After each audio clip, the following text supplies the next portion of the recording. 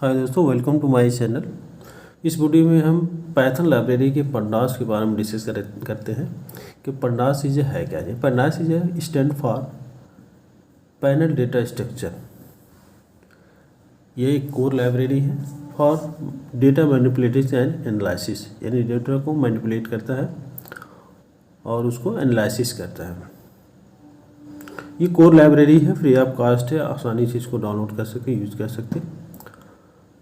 It consists of single and multi-dimension data structure for data manipulate, यानी इसके अंदर ये 1 डायमेंशनल एरे को भी सपोर्ट करता है और 2 डायमेंशनल एरे को यानी मल्टी डायमेंशनल एरे को भी सपोर्ट करता है। 1 डायमेंशनल एरे को सीरीज ऑब्जेक्ट कहते हैं पंडास के अंदर, और मल्टी डायमेंशनल एरे को डेटा फ्रेम कहते हैं। तो ये दोनों डायमेंशन के एरे को सपोर्ट करता है, सिंगल डायमेंशन और मल्टी डायमेंशन। सिंगल डायमेंशन को ऑब्जेक्ट कहते हैं पंडास के अंदर, और मल्टी डायमेंशन को डेटा फ्रेम कहते हैं। अब इसको देखते हैं, इम्प्लीमेंट करके देखते हैं, कोडिंग को देखते हैं कि कोडिंग में कैसे इसको इम्प्लीमेंट किया जाएगा, रन कराया कैसे जाएगा, कोडिंग क्या है।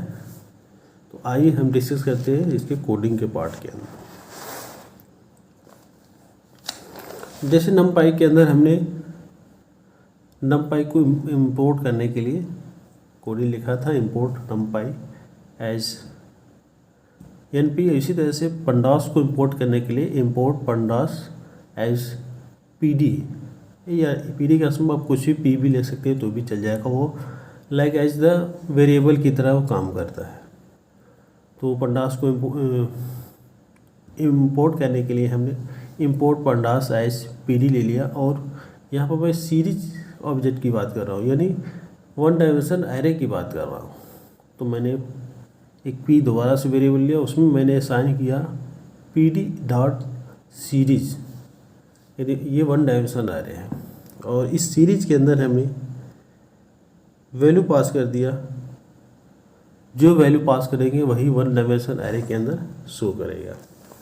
तो एक सीरीज फंक्शन भी कह सकते हैं या ऑब्जेक्ट भी कह सकते हैं, जो सिंगल डायमेंशन को बनाता है। तो ये जैसे पी को मैं रन कराते हैं,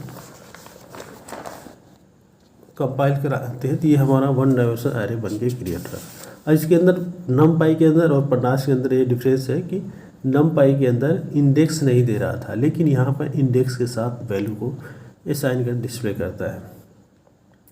इसकी टाइप को चेक करना हो तो टाइप पी जैसे प्रेस करते हैं तो वो बताता है कि ये पंडास है, पंडास सीरीज के अंदर ये एलिमेंट शो कर रहा है। अब इस तरह से इसके मल्टी डायमेंशन के एरे के बारे में, ये तो सिंगल डायमेंशन हो गया, और मल्टी डायमेंशन के अंदर हम इसको यूज करके देखते हैं, इम्प्लीमेंट करके देखते हैं।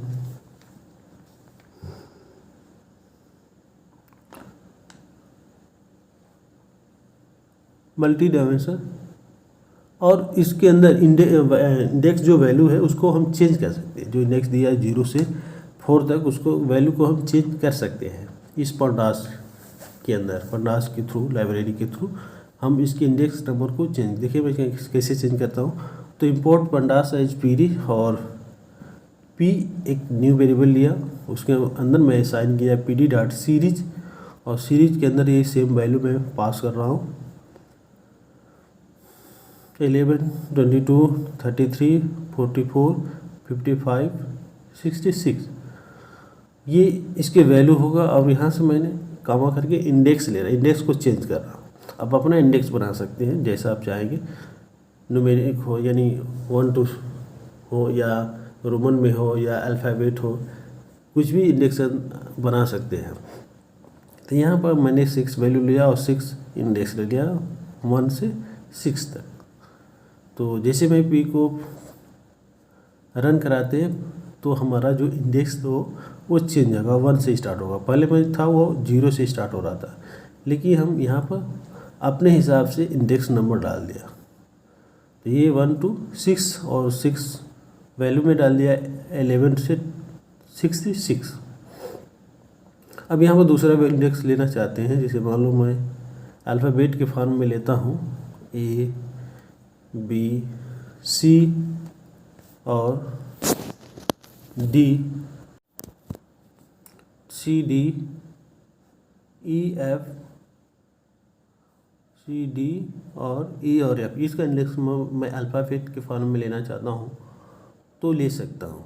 अब मैं देखता हूँ, जैसे इसको एग्जीक्यूट कराते हैं तो हमारा इंडेक्स नंबर चेंज हो गया ए से एफ तक।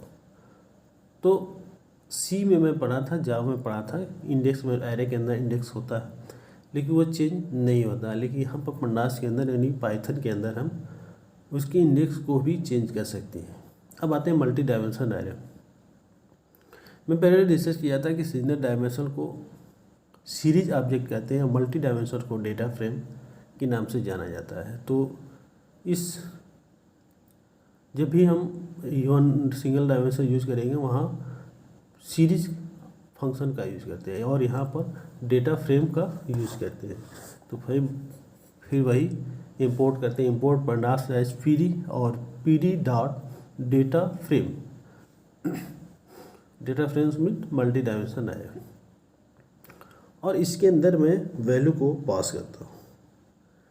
अब इसके अंदर हम मल्टीपल टाइप से वैल्यू में नाम से पता चलता है मल्टी डायमेंशन एरे। तो इसमें कैरेक्टर भी होगा और डिजिट भी होगा और भी ले सकते हैं। जैसे एक छोटा सा एग्जांपल के थ्रू मैंने रिकॉर्ड को ले लिया, एक नेम ले लिया और मार्क्स ले लिया। जैसे नेम में मैंने ले लिया राम ले लिया, दूसरा श्याम ले लिया और तीसरा जान ले लिया। इन 3 बच्चों का नाम मैं डिस्प्ले कराना चाहता हूँ, उसके रिस्पेक्टिव उसके मार्क्स बता रहा हूँ कि कितने मार्क्स वो पाए हैं। उस टाइप का एक डेटाबेस टाइप का एक रिकॉर्ड टाइप का शो करना हो तो हम मल्टी डायमेंशन एरे यूज करते हैं। यानी पंडास के अंदर हम डेटा फ्रेम को बनाते हैं। जब एक रिकॉर्ड को बनाया था किसी स्टूडेंट का या एम्प्लॉय का रिकॉर्ड बनाना हो तो वहाँ पर हम डेटा फ्रेम का यूज करते हैं। अब 3 स्टूडेंट का नाम मैंने डिस्प्ले कर रहा हूँ, उनके नाम है राम, श्याम और जान, और इससे रिलेटेड मार्क्स में बता रहा हूँ कि इन्होंने कितने मार्क्स ऑब्टेन किए हैं। तो उसके लिए हमने पहले नेम ले लिया, कॉलम नाम, और दूसरा जो है मार्क्स नाम ले लिया। 3 स्टूडेंट हैं और उनके उससे रिलेटेड मैंने 3 मार्क्स दे दिया। उसके बाद जैसे इसको हम एग्जीक्यूट कराते हैं तो एक हमारा रिकॉर्ड बन के तैयार हो जाता है, प्रिपेयर हो जाता है। तो हमारा प्रोग्राम कंप्लीट हो गया और इसको एग्जीक्यूट कराते हैं तो कुछ एरर शो कर रहा है, वो एरर दूर हो जाएगा। एरर तो होता ही रहता है, आता ही रहता है। और हाँ, ये प्रोग्राम के अंदर कुछ मिस्टेक था, अब फिर से मैं रन कराता हूँ। ये रिकॉर्ड बन के प्रिपेयर हो गया। इसमें इंडेक्स नंबर प्री डिफाइंड है, पहले से ही आ जाता है। उसके नंबर को जैसे मैंने चेंज किया था तो यहाँ भी चेंज कर सकते हैं, कहीं भी आप इंडेक्स नंबर को चेंज कर सकते हैं, जिसे मैं ऊपर चेंज किया था। तो ये रिकॉर्ड बन के तैयार हो गया। मल्टी डायमेंशन के एरे के अंदर एक डेटाबेस की तरह प्रिपेयर हो गया, क्रिएट हो गया पंडास के थ्रू। यानी पंडास के अंदर डेटा फ्रेम के थ्रू हमने एक रिकॉर्ड को बना लिया। तो इसी तरह से जितना भी मैं रिकॉर्ड बनाना चाहता हूँ या इस कॉलेज के बच्चों का या कंपनी के एम्प्लॉय का रिकॉर्ड बनाना चाहते हैं तो डेटा फ्रेम के थ्रू हम बना सकते हैं। अब देखते हैं जो नेक्स्ट प्रोग्राम जो मैं बनाने जा रहा हूँ। तो अरेंज यानी कुछ वैल्यू को ले रहा हूँ, ऑटोमेटिक वो अरेंज कर देगा। यानी कुछ नंबर ले रहा हूँ तो पंडास विद अरेंज, और इंडेक्स नंबर को चेंज करके भी दिखा रहा हूँ कि इंडेक्स नंबर चेंज होगा। अभी तो दिखा रहा था 0 से बाय डिफ़ॉल्ट तो 0 से ले रहा था, लेकिन हम उसको अपने हिसाब से इंडेक्स बना सकता हूँ और एक वैल्यू पास कराता हूँ, रेंज पास कराता हूँ कि जो वैल्यू होगा इसी इतने रेंज के अंदर होगा। और जो आर्डर भी दे सकते हैं कि जो एरे बनेगा, मल्टी डायमेंशन एरे बनेगा, इसका आर्डर को भी मैं चेंज कर सकता हूँ, अपने हिसाब से लगा सकता हूँ। तो इसी टाइप का एक प्रोग्राम मैं देखता हूँ, बनाता हूँ और दिखाता हूँ आप लोगों को। तो इम्पोर्ट pandas एज pd और इसके अंदर numpy का भी यूज़ कर रहा हूँ, यानी import numpy as np। pd dot data frame मैं बताया था कि मल्टी डायमेंशन को यूज़ करना हो तो डेटा फ्रेम फंक्शन का यूज़ करते हैं, डेटा फंक्शन का अपडेट का यूज़ करते हैं। अब नीचे लिया np डॉट ऑरेंज, और ऑरेंज के अंदर हमने 0 to 20 वैल्यू डाल दिया, यानी जो वैल्यू होगा 0 से 20 के बीच होगा। और इसको n में डाल देता हूँ, और जैसे इसको हम प्रिंट कराते हैं, n को प्रिंट कराते हैं तो हमारा एक एरे बन के तैयार हो जाएगा, मल्टीपल टाइप का एरे ये बन के तैयार हो जाएगा। ये जो रेंज में लिया हूँ 0 से 20 के बीच में हमें एक बन के तैयार हो गया, प्रिपेयर होके तैयार हो गया। ये सिंगल डायमेंशन एरे, लेकिन हमको इसको मल्टी डायमेंशन एरे के थ्रू शो कराना है। तो यहाँ पर देखते हैं कि n डॉट सिर्फ 5x4, यानी 5 मतलब 5 रो रहेगा, 4 कॉलम रहेगा। तो इस टाइप का हमें प्रिपेयर हो गया, तैयार हो गया, मल्टी डायमेंशन का एरे तैयार हो गया। तो शेप भी चेंज कर सकते हैं, जैसे अभी तो 5x4 का ऑर्डर है, इसको 4x5 का ऑर्डर का बना सकते हैं,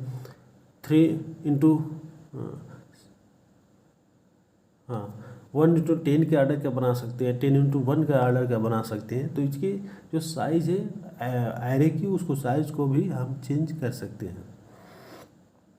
ये रहा मल्टी डायमेंशन एरे, और उसके अंदर जो वैल्यू बाई डिफ़ॉल्ट ले लिया। अब देखिए इसके साइज़ को चेंज कर रहे हैं। तो अभी तो 5x4 था, यानी 5 रो और 4 कॉलम था। अब मैं यहाँ पर ले रहा हूँ 6x2, नहीं 6 इंटू ऑरेंज के अंदर मैं ले लिया, और इस डॉट शिप, और इसके अंदर मैं ऑर्डर दे दिया 0 to 20। एक ही लाइन में हम दोनों को कर, उसकी साइज भी बता रहा हूँ और उसका रेंज भी डिफाइन कर रहा हूँ। तो एक साथ भी दोनों हो जाएगा। अब देखता हूँ इसको एग्जीक्यूट करा करके, तो रेंज भी ले लेगा और उसकी साइज़ को भी वो ले लेगा। वही आउटपुट सेम टू सेम ऐसे भी लिख सकते हैं जो मैंने पहले लिखा था। तेरह मल्टी डायमेंशन एरे यानी डेटा फ्रेम का यूज़ करके हमने बनाया। अब कुछ और रिकॉर्ड के बारे में डिस्कस कर रहा हूँ और उसको शो करा रहा हूँ, डिस्प्ले करा रहा हूँ। तो चलिए स्टार्ट करते हैं। सेम टू सेम ऊपर की जो लाइन है सेम टू सेम वही पेस्ट होगा, यानी import numpy pandas as pd और इम्पोर्ट numpy एज npy और डेटा फ्रेम। और नेक्स्ट मैं देखता हूँ कुछ इसके फंक्शन के बारे में। अभी जो मैं देख रहा मल्टी डायमेंशन एरे का, लेकिन उसके पंडास के अंदर कुछ फंक्शन होता है। फंक्शन बुल्ट इन फंक्शन, इसको बुल्ट इन फंक्शन कहते हैं। यानी पहला जो होता है हेड होता है और दूसरा होता है tail, info, describe and log. Head का मतलब जो रिकॉर्ड होगा वो स्टार्टिंग से 5 रिकॉर्ड को शो करेगा, और टेल फंक्शन का जब यूज़ करते हैं तो रिकॉर्ड के लास्ट वाले को यूज़ करता है। यदि इन्फो की बात करूँ तो उस रिकॉर्ड का इन्फॉर्मेशन बताएगा, और डिस्क्रिप्शन की बात करूँ तो पूरा डिस्क्राइब करेगा उस रिकॉर्ड के बारे में कि कितने रो है, कि मैक्सिमम वैल्यू क्या है, मीन वैल्यू क्या है। तो इस फंक्शन के थ्रू इस पर मैं स्टार्ट करता हूँ। तो देखते हैं इम्पोर्ट pandas एज pd और इम्पोर्ट numpy एज np, दो तो डेटा इम्पोर्ट करना ज़रूरी है, तभी हमारा pandas क्रिएट हो पाएगा। तो और इसके लिए हमने एक वेरिएबल लेते हैं dp मतलब डेटा फ्रेम, और उसके अंदर मैं पास करता हूँ pd डॉट डेटा फ्रेम। अब एक रिकॉर्ड ऐसा बना रहा हूँ कि उसके अंदर बहुत सारे फंक्शन को अप्लाई करते हैं। तो उसके लिए कोडिंग है dp equal to pd dot data frame, और उसके अंदर ब्रैकेट बनाते हैं। पहले मैं डेटा को दिखाना चाहते हैं, डेटा के अंदर क्या है। तो डेटा के अंदर np डॉट ऑरेंज वैल्यू को पास करता हूँ, अरेंज करता हूँ 0 to 20, यानी 0 से 20 वैल्यू रहेगा, और उसको अरेंज करते क्या है उसको इंडेक्स भी पास करते हैं और उसके अंदर कॉलम भी पास करते हैं। तो ये तो डेटा हो गया है, यानी जो डेटा होगा वो 0 से 20 होगा, यानी 20 डेटा को रिकॉर्ड को हमको बनाना है और उसका रिसिप करना है, रिसिप। तो उसका रिसिप यानी जो एरे बनेगा वो 5x4 ऑर्डर का बनेगा। तो रिसिप तो ऑर्डर को बताता है कि जो मैट्रिक्स बनेगा जो उसका ऑर्डर जो होगा 5x4 का, क्योंकि मैंने जो अरेंज में वैल्यू लिया है 0 to 20, यानी 20 वैल्यू एलिमेंट आएगा, एरे का एलिमेंट होगा और उसको साइज मैंने दे दिया 5x4, यानी 5x4 ऑर्डर का वो एरे बनेगा, मैट्रिक्स बनेगा। इंडेक्स को मैंने ले रहा हूँ R1, R2, R3, R4 और R5। उसी तरह से जो कॉलम होगा, कॉलम को हम ले लेंगे C1, C2, C3, C4, क्योंकि जो ऑर्डर में लिया हूँ 5x4, तो जो रो बनेगा वो 5 रो बनेगा और कॉलम जो बनेगा 4 कॉलम बनेगा। तो रो को मैं इंडेक्स में डाल दिया और कॉलम को मैं कॉलम वेरिएबल के अंदर पास कर दिया। इसके अंदर C1, C2, C3 और C4 डाल दिया। अब ये रिकॉर्ड बन के तैयार हो जाएगा। अब इसमें इंडेक्स जो है बाय डिफ़ॉल्ट नहीं है, वो हमारे हिसाब से होगा। उसको मैंने R1, R2, R3, R4 और R5 ले लिया। तो यही इसी ऑर्डर में वो शो करेगा और 0 से वो स्टार्ट नहीं होगा। अब जैसे ही इस प्रोग्राम को रन कराते हैं तो हमारा आउटपुट स्क्रीन पर दिखेगा। अब देखते हैं आउटपुट क्या आता है। तो आउटपुट, हाँ आउटपुट आ गया है। ये एक रिकॉर्ड बन के प्रिपेयर हो गया। मैंने बताया था कि इंडेक्स को मैंने रो बना दिया, यानी R1, R2, R3 और R4 और I5 बना दिया। इसी तरह से मैं थोड़ा और बढ़ा देता हूँ।